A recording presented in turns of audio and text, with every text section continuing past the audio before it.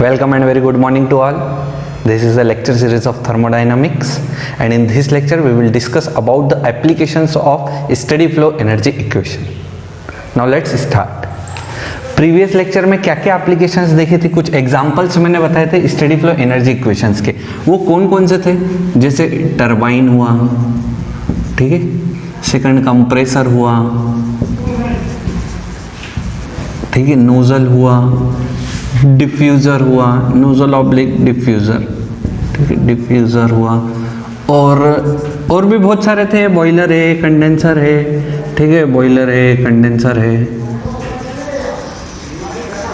ठीक. और एक सबसे इंपॉर्टेंट बताया था मैंने, थ्रोटलिंग, क्योंकि ये प्रोसेस जो है आपको कहीं ना कहीं यूज होगी. तो एक तो ये सबसे इंपॉर्टेंट है. दूसरा, अभी जो थर्मोडायनेमिक्स पढ़ रहे हैं उसमें मेनली ये दो चीजें इंपॉर्टेंट रहेगी, टरबाइन और कंप्रेसर. जनरली जो न्यूमेरिकल्स आते हैं आपको स्टेडी फ्लो एनर्जी इक्वेशंस के, वो इन दो पे कहीं ना कहीं बेस्ड रहेंगे. या तो कोई टरबाइन पे बेस्ड रहता है या कंप्रेसर पे बेस्ड रहेगा. तो चलो स्टेडी, सबसे पहले रिकॉल कर लेते हैं कि हमारी स्टेडी फ्लो एनर्जी इक्वेशन क्या थी स्टेडी फ्लो एनर्जी इक्वेशन. मैं कुछ ऐसा बोल सकता हूँ, C1² plus GZ1 plus H1 plus Q is equal to H2. चलो ठीक है, कोई बात नहीं. C2² plus GZ2 plus control volume का वर्क. ये हमारी क्या थी? स्टेडी फ्लो एनर्जी इक्वेशन थी. चलो, ये सबसे इंपॉर्टेंट इक्वेशन है और ये सबसे बढ़िया हमारी फंडामेंटल इक्वेशन. अब इसका यूज करके हम इनमें लगा करके देखेंगे ये क्या क्या चीजें बाहर आती है, क्या क्या फॉर्मूले निकलते हैं. तो सबसे पहले चीज आती है टरबाइन के बारे में देखते हैं. चलो, टरबाइन का फिगर कैसा रहता है? जनरली आपने देखा होगा, और नहीं देखा होगा तो अब देख लोगे. टरबाइन किस टाइप की रहती है? समथिंग लाइक दिस टाइप की रहती है, ठीक है. ऐसा क्यों बना रहता है? यहां से एंट्री होती है, ठीक है, फ्लूइड जाता है, एक्सपांड होता है. एक्चुअली में फ्लूइड क्या करता है? एक्सपांड होता है. इसी के लिए टरबाइन को ही हम क्या बोलते हैं? एक्सपांडर बोलते हैं. टरबाइन को ही और क्या बोल सकते हैं हम? एक्सपांडर बोल सकते हैं. यहाँ से फ्लूइड एंटर करता है, यहाँ से फ्लूइड क्या होता है? बाहर होता है. और ये हमारी कोई पावर रॉड शाफ्ट लगी हुई रहती है. चलो, अब सबसे पहले टरबाइन के अंदर इस इक्वेशन को लगाने के पहले क्या क्या कंडीशंस होनी चाहिए? तो कंडीशंस क्या क्या है? इंपॉर्टेंट कंडीशंस क्या क्या है? तो फर्स्ट, फ्लो कैसा होना चाहिए? स्टेडी होना चाहिए. फ्लो किस टाइप का होना चाहिए? स्टेडी फ्लो होना चाहिए. तभी हम इस कंडीशन को यूज करेंगे, क्योंकि इसका नाम है स्टेडी फ्लो एनर्जी इक्वेशन. तो सबसे पहले तो फ्लो स्टेडी होना चाहिए. दूसरा, टरबाइन जो है वो परफेक्टली इंसुलेटेड होना चाहिए. परफेक्टली क्या होना चाहिए? इंसुलेटेड होना चाहिए. परफेक्टली इंसुलेटेड का मतलब क्या है? कि भैया कोई हीट ट्रांसफर नहीं होगा टरबाइन में से, न हीट अंदर आएगी न हीट अंदर से बाहर जाएगी, ठीक है, न हीट अंदर आएगी न हीट अंदर से बाहर जाएगी. चलो, तो ये क्या है? पूरी तरीके से परफेक्टली इंसुलेटेड हो गया, ठीक है. ये एक कंडीशंस आ गई. थर्ड कंडीशंस क्या है? काइनेटिक एनर्जी और पोटेंशियल एनर्जी के जो चेंजेस है, ठीक है, उनको हम क्या कर देंगे? Are neglected. क्या कर देंगे? हम नेग्लेक्ट कर देंगे. चलो, ये तीन कंडीशंस दे दिए. इन तीनों को इसमें पुट करके देखते हैं क्या चीज बाहर आती है. तो सबसे पहली स्टेडी फ्लो है, तो चलो इस इक्वेशन को यूज कर लेंगे. परफेक्टली इंसुलेटेड है, इसका मतलब क्या है कि Q तो क्या हो जाएगा? 0 हो जाएगा. Kinetic energy and potential energy के चेंजेस को क्या करना है? नेग्लेक्ट. चेंजेस क्या है? फाइनल माइनस इनिशियल, उस साइड जाएगा तो क्या हो जाएगा? 0. तो चलो रख के देख लेते हैं एक बार. H1 plus Q is equal to, मैं डायरेक्ट इस C1 को उस साइड ले जा रहा हूं, तो मैं यहां पे लिख देता हूं H2 प्लस WCV. नाउ आगे देखो क्या है? C2² माइनस का C1² ठीक है, प्लस का GZ2 माइनस का GZ1, ठीक है. अब क्या बोला था, काइनेटिक और पोटेंशियल एनर्जी के चेंजेस को नेग्लेक्ट करना, यही है चेंज। चेंज किसको बोलते हैं, फाइनल माइनस इनिशियल, तो इसको क्या कर देना है, नेग्लेक्ट कर देना है। और साथ ही साथ सेकंड कंडीशंस क्या बताई थी हमको कि हीट ट्रांसफर क्या होगा, जीरो, तो हीट ट्रांसफर क्या हो गया हमारा, जीरो, ये भी क्या हो गया, जीरो। तो कंडीशन सिर्फ क्या बची कि कंट्रोल वॉल्यूम, और इसी को हम बोलते हैं टरबाइन वर्क, ठीक है, इसी को क्या बोलते हैं, टरबाइन वर्क। कितना आएगा turbine work, H1 minus H2, मतलब चेंज इन एंथैल्पी, ठीक है, initial enthalpy, initial minus final, initial minus final enthalpy. ये किसका फॉर्मूला हो गया, टरबाइन का वर्क हो गया। कब, जब इस स्टेडी फ्लो एनर्जी इक्वेशंस में ये कुछ कंडीशंस लगाई तो हमको क्या मिल गया, इस कंट्रोल वॉल्यूम और इस सिस्टम का या इस टरबाइन का वर्क यहाँ से मिल गया है। किस में मिला, एंथैल्पी में मिला। एंथैल्पी की यूनिट क्या थी, किलो जूल पर केजी, ठीक है। मैंने कल भी बताया था कि इनकी यूनिट ध्यान रखें, यूनिट सबसे इंपॉर्टेंट है, तो यूनिट को लेकर के चलें। तो ये किस में आ गया, किलो जूल पर केजी में। अगर अब यहाँ पर एक और इंपॉर्टेंट चीज देख लो, ठीक है, अगर मास क्या दे, वो आपको गिवन दे दे, मास क्या कर दे आपको, वो गिवन दे दे, तो आपको वर्क निकालना है, पर केजी में है, पर केजी में है तो उसका क्या कर देना, मास से मल्टीप्लाई कर देना। तो टरबाइन वर्क डायरेक्ट किस में निकल के आ जाएगा, किलो जूल में। और हो सकता है आपको क्वेश्चन में वो क्या पूछे, किलो जूल में। अगर कुछ नहीं दिया है, अगर क्वेश्चन में मास गिवन नहीं दिया है तो एज्यूम लेकर के चलना है। अगर मास गिवन नहीं है, सॉरी, एज्यूम लेकर, एज्यूम, ठीक है, एज्यूम लेकर के चलना है कि मास कितना है, 1 kg है, ठीक है। ये हम मान करके चलते हैं जब क्वेश्चन में मास गिवन नहीं दिया रहता है, ठीक है। ये क्लियर है, चलो ये टरबाइन हो गया। सेम केस कंप्रेसर में देख लेते हैं।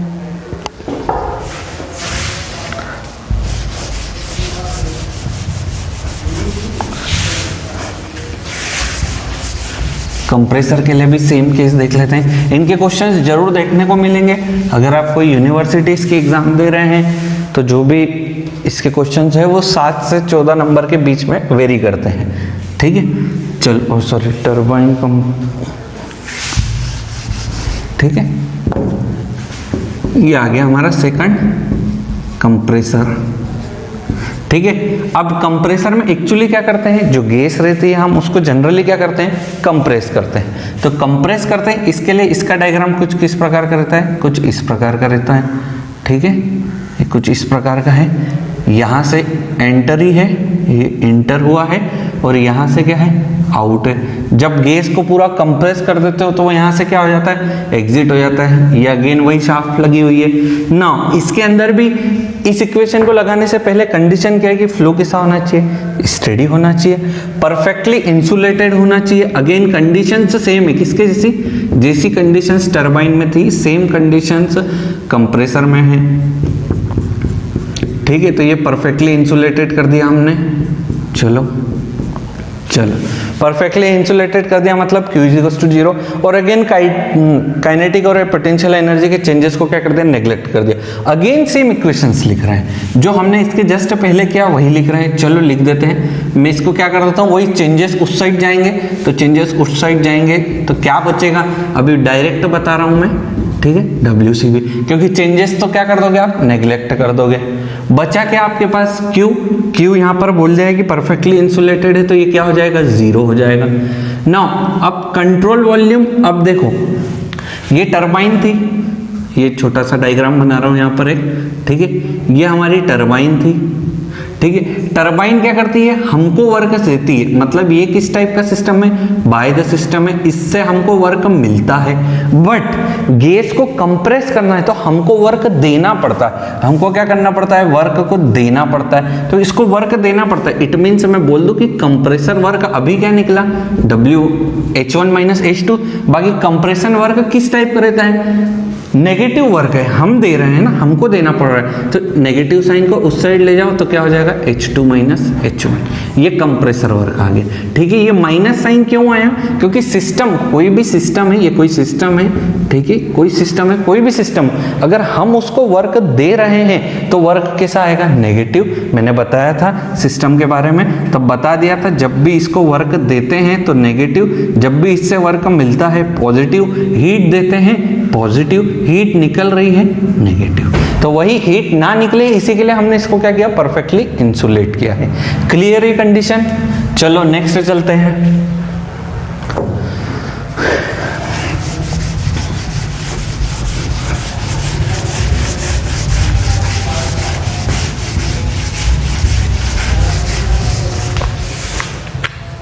ये भी हो गया। नाउ नोजल्स और डिफ्यूजर्स, थर्ड क्या है, नोजल और ऑब्लिक में डिफ्यूजर। चलो डिफ्यूजर, ठीक है। एक छोटा सा डायग्राम बना देता हूं मैं नोजल का। नोजल का डायग्राम भी कुछ इस टाइप का रहता है, ठीक है, बाकी ज़्यादा बड़ा नहीं होता है। ये भी, ये नोजल का डायग्राम हो गया, ठीक है। ये मेरी कोई डेटम लाइन है, ये मेरी नोजल की लाइन है। अब ये क्या हो गया, Z1 और Z2 तो मेरे यहाँ पर क्या हो गए, सेम हो गए, ठीक है। अब इसके अंदर कंडीशन से देखते हैं क्या होता है। देखो Z1 Z2 सेम है, Z1 Z2 तो क्या है, सेम है, तो आपस में ये क्या हो जाएंगे, कैंसल आउट हो जाएंगे। एक बार वो लिख देते हैं हम equation, C1² plus GZ1 plus H1 plus Q is equals to H2 plus C2² plus GZ2 plus work, ठीक है। कौन सा, कंट्रोल वॉल्यूम और सिस्टम का वर्क। ना अब देखो नोजल का यूज क्या होता है, नोजल क्या चीज होती है, कहां पर यूज किया जाता है। नोजल वो होती है जब हमको वेलोसिटी क्या करना है, इंक्रीज करना है। किसके रिस्पेक्ट में, हम प्रेशर एनर्जी का यूज करके वेलोसिटी को क्या करते हैं, बढ़ाते हैं, तो उस डिवाइस को हम बोलते हैं क्या, नोजल। और ऐसे ही डिफ्यूजर क्या होता है, डिफ्यूजर में सेम उल्टा है, ठीक है। सबसे पहले जैसा नोजल में हम वेलोसिटी इंक्रीज कर रहे हैं प्रेशर के एक्सपेंस में, वहीं पर डिफ्यूजर में प्रेशर एनर्जी और प्रेशर को इंक्रीज करते हैं in the expense of velocity, ठीक है। वेलोसिटी के थ्रू हम प्रेशर को क्या करते हैं, बढ़ाते हैं। नोजल में प्रेशर के रिस्पेक्ट में हम क्या करते हैं, वेलोसिटी को इंक्रीज करते हैं। चलो तो कहाँ कहाँ यूज होता है, जनरली जो नोजल्स है वो आपको टर्बाइंस, इंपल्स टर्बाइंस है और इन जगह पर आपको देखने को मिल सकते हैं। वहीं डिफ्यूजर्स कहाँ यूज होते हैं, जनरली जो कंप्रेसर्स है, फॉर एग्जांपल सेंट्रीफ्यूगल कंप्रेसर्स, वहां पर जब हमको प्रेशर क्या करना पड़ता है, इंक्रीज करना पड़ता है, तब हम किसका यूज करते हैं, डिफ्यूजर्स का यूज करते हैं। क्लियर है कंडीशन। ना अब नोजल बेचारा छोटा सा डिवाइस है, ये भी किस टाइप का डिवाइस है, जिसको हमने क्या कर रखा है, इंसुलेटेड, और हमने मान लिया कि इफ नो हीट ट्रांसफर, ठीक है। अगर इसकी दो कंडीशंस दे दूंगा, सबसे पहले तो क्या है, दोनों की डेटम क्या है, सेम है, तो ये दोनों एनर्जीज तो क्या हो जाएगी, से एक खत्म हो जाएगी, क्योंकि Z1 इज टू क्या है, Z2। नाउ नोजल को हम कोई वर्क देते हैं क्या, अगर आप उसके अंदर फ्लूइड डाल रहे हो तो ऑटोमेटिकली आपको वेलोसिटी मिल रही है, तो आपने उसको कोई वर्क दिया नहीं, क्या उसने आपको कोई वर्क दिया, नहीं। इट मींस नोजल और डिफ्यूजर दोनों में ही वर्क क्या हो जाता है, ऑटोमेटिकली जीरो हो जाता है। वर्क क्या हो जाता है, जीरो हो जाता है, तो ये वर्क भी भाई साहब क्या हो गए, जीरो हो गए। चलो अगर इफ, यहाँ पे मैं कंडीशन देख रहा हूं, if heat transfer in a nozzle, if nozzle is direct लिख दो, if nozzle is insulated, nozzle और डिफ्यूजर जो भी है दोनों क्या है, इंसुलेटेड है। अगर इंसुलेटेड है तो मेरा हीट ट्रांसफर क्या हो जाएगा, जीरो, तो मैं बोल सकता हूं कि हीट ट्रांसफर भी मेरा क्या हो गया, जीरो। चलो इक्वेशन से क्या बची है, H1 plus C1² plus is equal to H2 plus C2²2। चलो एक और चीज यहां पर देखो, क्या चीज है भाई, जो इनलेट वेलोसिटी होती है और आउटलेट वेलोसिटी होती है, तो आउटलेट की, नोजल में आउटलेट वेलोसिटी क्या होती है, ज्यादा होती है कंपैरेटिवली इनलेट वेलोसिटी। तो मैं ऐसा बोल सकता हूं कि C1 is very very less than क्या, C2, और C2 is very very greater than C1। भाई C2 बहुत ज्यादा होती है और C1 क्या होती है, बहुत कम। तो हम क्या कर रहे हैं, देयरफॉर C1 इज नेग्लेक्टेड, जो इनलेट वेलोसिटी है उसको हमने क्या कर दिया, नेग्लेक्ट कर दिया। अगर इसको नेग्लेक्ट किया तो हमारे पास कंडीशन से क्या बची, इसकी कंडीशन क्या बची है, H1 is equal to H2 plus C2²2। यही कंडीशन बच रही है। ये कंडीशन चाहो तो इसी को आप मेन कंडीशन मान लो, और चाहो तो यहां से C2² की वैल्यू निकाल लो, तो C1 ये 2, H1 minus H2 is equal to C2² और C2 final velocity is equal to √2 H1 minus H2। ठीक है, इसके क्वेश्चन तो बहुत कम देखने को मिलेंगे, बट ये कहीं ना कहीं यूज हो सकती है, या इस टाइप के कहीं ना कहीं आपको डायरेक्ट देखने को मिल सकता है। अगर हो सकता है ऐसा कोई एमसीक्यूज ये आपके किसी एग्जाम्स में पूछ लिया जाए कि नोजल्स है और अगर उसमें हीट ट्रांसफर बोला है तो ही हीट ट्रांसफर को क्या करना है, जीरो करना है। अगर हीट ट्रांसफर उसने गिवन दिया है तो हम उसको क्वेश्चन में जरूर रखेंगे, बट चूंकि ना वर्क हमको देता है ना हम इसको देते हैं, तो वर्क ट्रांसफर हमेशा हमेशा नोजल और डिफ्यूजर्स में क्या रहेगा, जीरो रहेगा। क्लियर। नेक्स्ट,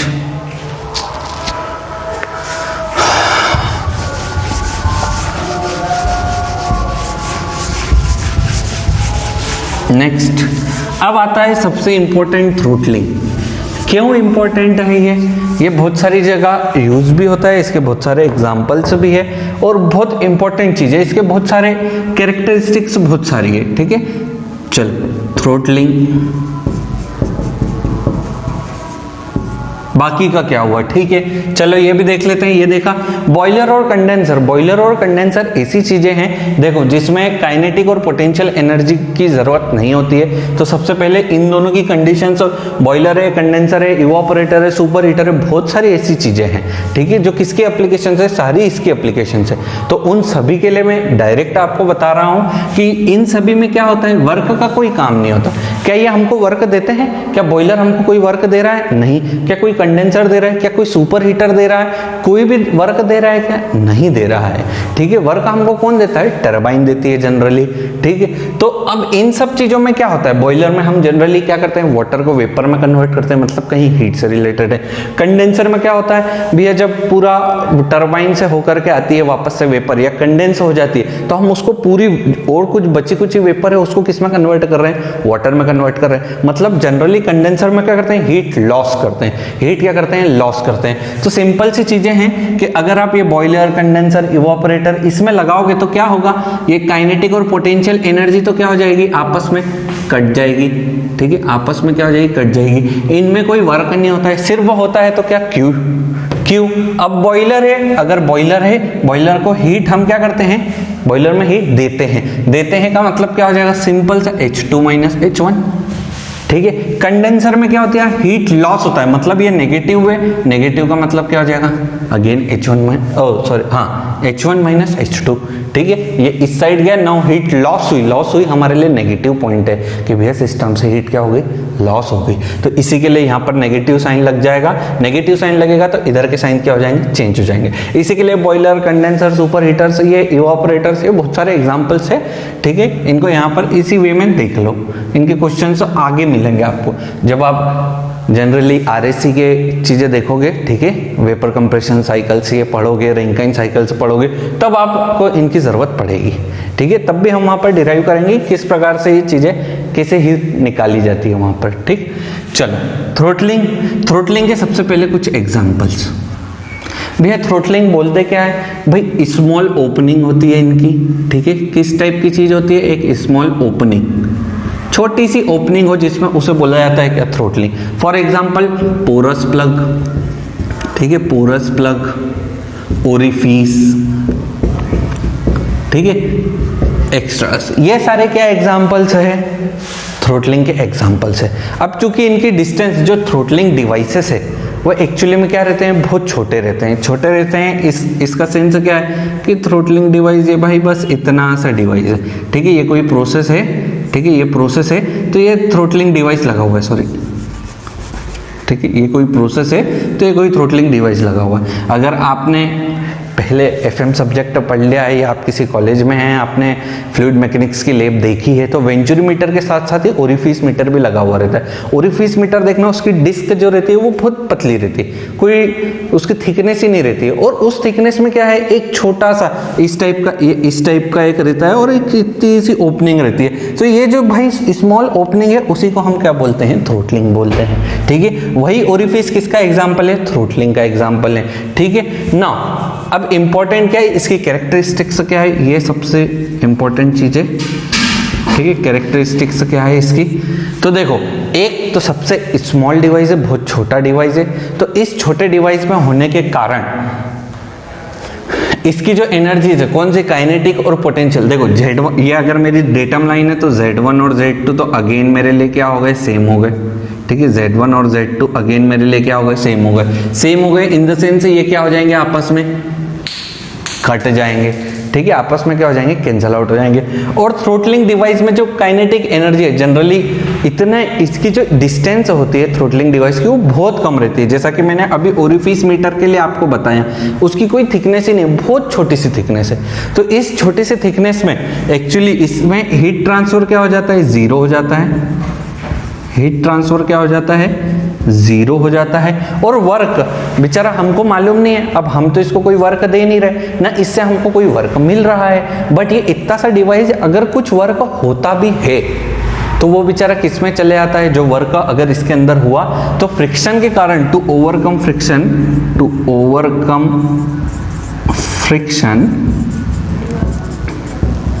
फ्रिक्शन के कारण वो वर्क भी क्या हो जाता है, वर्क इज लॉस्ट, वो भी चला जाता है।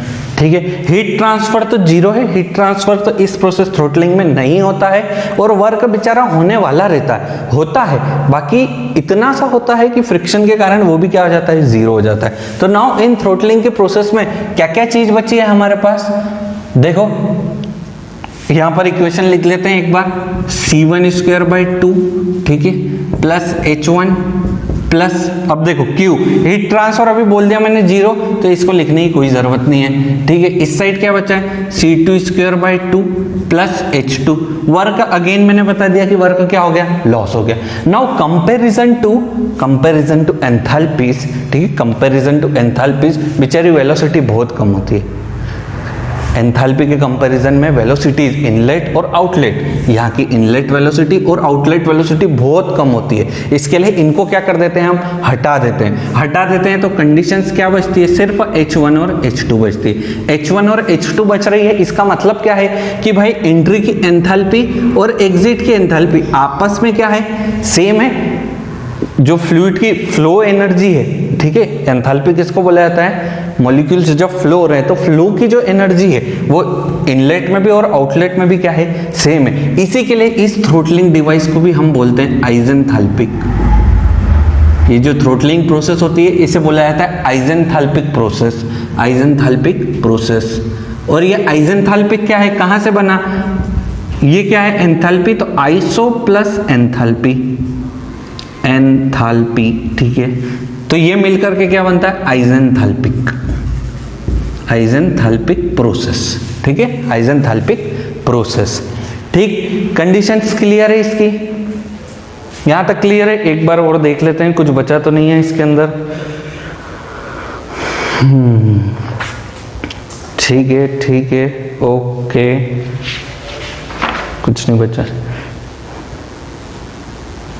ठीक है, कंप्लीट हो गया। अगर ये हीट और वर्क का आपको नहीं समझ में आया तो एक बार वापस से दोहरा देता हूँ कि ये जो थ्रोटलिंग डिवाइस है इसकी लेंथ बहुत कम होती है, तो जो फ्लूइड है वो इसके अंदर जब गुजरता है तो उसका टाइम बहुत कम स्पेंड करता है, फ्लूइड इसके अंदर बहुत कम टाइम स्पेंड करता है, इसके लिए ना इसमें वो हीट ले पाता है न दे पाता है, तो इसी के लिए हीट ट्रांसफर क्या हो जाता है, जीरो हो जाता है। और कुछ वर्क होता है, हम नहीं बोल रहे हैं कि कुछ वर्क नहीं होता है, बट वो फ्रिक्शन के कारण क्या हो जाता है, फ्रिक्शन के कारण क्या हो जाता है, खत्म हो जाता है, बेचारा कुछ भी नहीं बचता, जीरो हो जाता है। तो वर्क और हीट दोनों ही इस कंडीशंस में क्या हो जाती है, जीरो हो जाती है। और एंथैल्पी के कंपैरिजंस में वेलोसिटीज क्या होती है, बहुत कम होती है।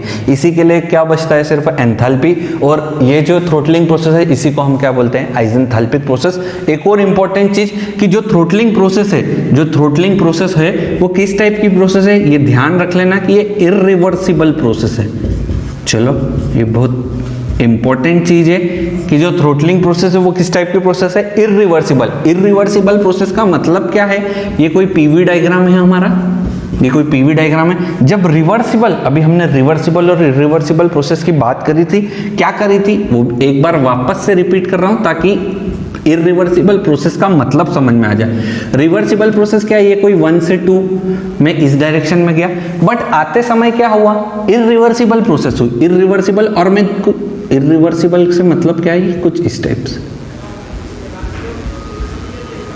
ठीक है। तो जब पीवी डायग्राम में इरिवर्सिबल प्रोसेस होती है तो हम उसको किससे शो करते हैं, डॉटेड लाइन से शो करते हैं। ये ध्यान रख लेना, आगे चल के चाहे 8th सेमेस्टर तक जाओ, चाहे बीटेक करो, चाहे एमटेक करो, ये ध्यान रखना, हमेशा इरिवर्सिबल प्रोसेस जो है उसको पीवी डायग्राम, टीएस डायग्राम, कोई सा भी डायग्राम हो, हम किस में शो करते हैं, डॉटेड लाइन में शो करते हैं, ओनली एचएस डायग्राम को छोड़ करके, क्योंकि एचएस डायग्राम में एंथैल्पी क्या हो जाती है, कांस्टेंट है, तो हम एक परमानेंट, अभी आपको लेटर जो सब्जेक्ट्स है उसमें आएगा एचएस डायग्राम आएगा तो एंथैल्पी प्रोसेस किसी रहेगी, कुछ इस टाइप की प्रोसेस रहेगी। ठीक है, यहाँ तक समझ में आ गया। इसमें कोई भी डाउट हो तो आप नीचे कमेंट सेक्शंस में डाल सकते हैं। इस वीडियो को लाइक करें, शेयर करें, कमेंट करें, ठीक है। और कोई भी डाउट हो, आप कोई से क्वेश्चन से पूछना चाहते हो तो वो कमेंट में ज़रूर लिखें, ठीक है। आपकी कोई यूनिवर्सिटीज़ के कोई प्रीवियस ईयर क्वेश्चन हो या किसी भी कोई एग्जाम्स के क्वेश्चन हो, आप उसको फोटो खींच करके टेक्स्ट में कन्वर्ट करके भी आप कमेंट सेक्शंस में बता सकते हैं, ठीक है। चैनल को सब्सक्राइब करें। धन्यवाद।